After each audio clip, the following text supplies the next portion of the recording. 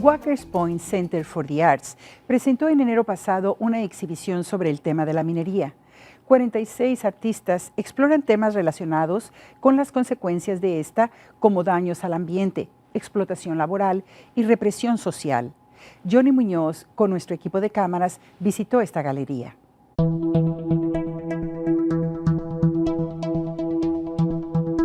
Walker's Point Center for the Arts has been serving the Walker's Point neighborhood and the broader Milwaukee community for almost 32 years.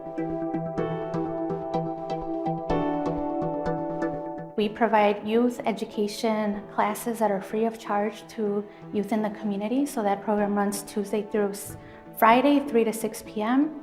As well as we have 10 internship programs. And we also have an exhibition program which allows us to connect local, regional, national, and international artists.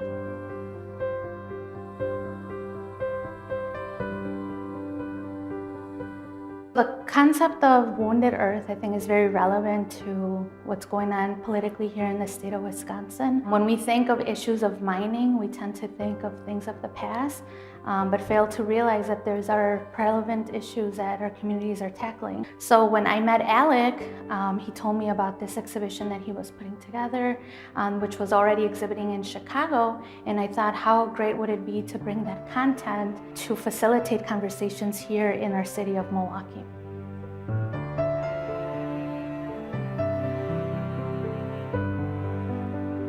The name of the exhibition is Tierra, Herida, or Wounded Earth in English, and it is an exhibition in which more than 40 artists have been invited from 20 different countries of the Americas to create a print.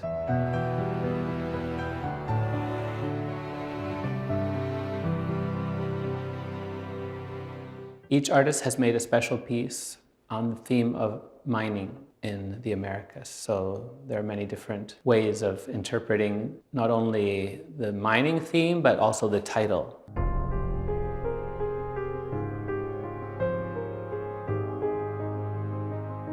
I started working on this more than a year ago. Initially, it was in Chicago at Open Center for the Arts. So I wanted to include as many artists from the countries of the Americas as possible. And I also looked to artists that already explore social and political themes in their work, because I wanted artists that would be open to exploring the theme of mining and its effects on people, communities, on the environment too.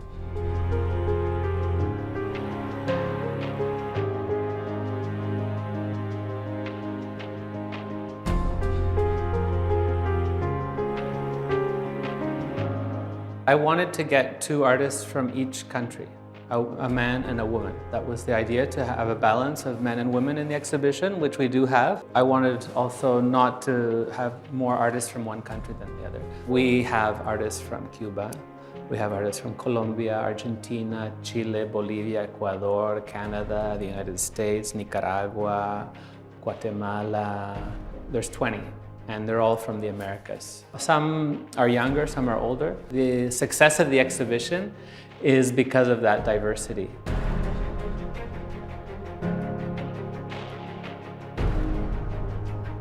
Well, I'm based in Mexico City, so I did all the work from my studio, from my office. Some of those artists are living in their countries of origin, and some of those artists have migrated and live in different parts of the world.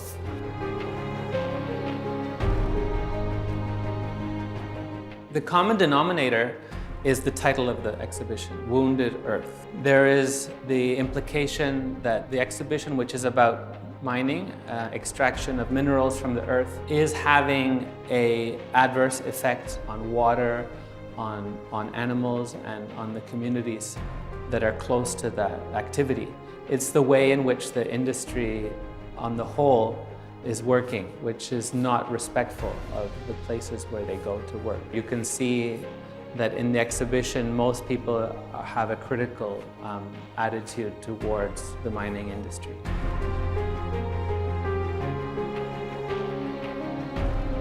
The point of this exhibition was to create images that would raise awareness. But the images on their own are sometimes not enough to communicate what the artist was exploring. So each artist wrote their own explanation of the artwork. And the idea is to publish a book or a catalog of the images with the texts. So it's educational also to the audience to read the text.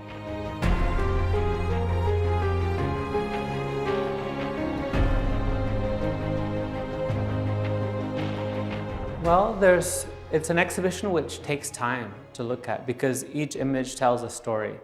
Because a lot of communities are affected by the extraction of resources, but not everything gets into the news. So this is a bit like going to see a documentary about a specific subject, but through the eyes of artists.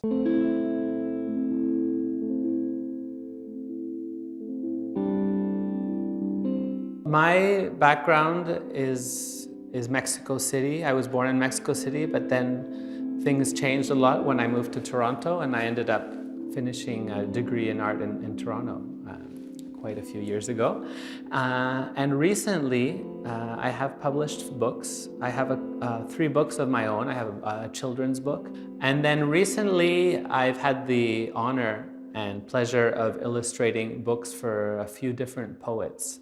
I have 2 books that I wrote or illustrated for John Arnold Lawson, a Canadian poet based in Toronto, and 1 book of poetry that I've illustrated with woodcuts by Irma Pineda, who's a poet from Juchitán, Oaxaca, and she writes in Zapoteco.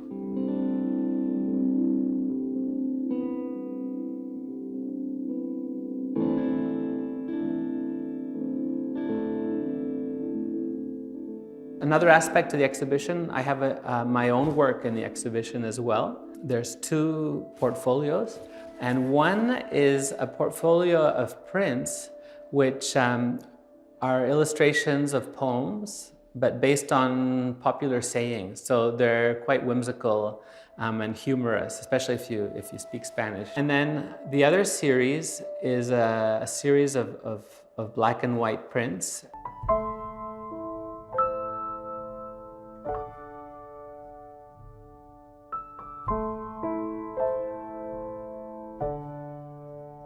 If you're interested in art, even if you're not, it's very rare to see this many printmakers together from so many countries. I don't think I had myself. And the quality is excellent. I think anyone that comes here will really be surprised and will see things they haven't seen elsewhere.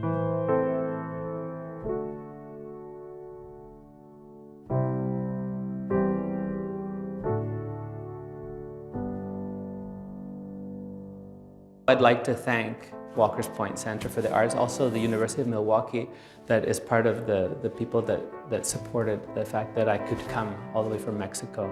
And I've been here as well to give workshops and to talk about my work. We've been working with children and adults, and it's really been a lot of fun, and I've even been doing some music as well. So Walker's Point Center for the Arts is open to the public Tuesday through Saturday, 12 to 5. And that time allows us to have the exhibitions open to the community free of charge, as well as provide programming for after-school programming that takes place from 3 to 6, Tuesday through Friday. Additionally, we have different workshops. We had members from the community come and participate and learn great printmaking techniques, from masters, from different parts of the world. So it's through that local folks can always come here. I encourage everyone to connect with us on our social media. That's the best place to find the types of workshops that we are having, the classes that are being offered. We are a membership organization, and it is through the dues of our members that we are able to really provide the free programs that we do for our community.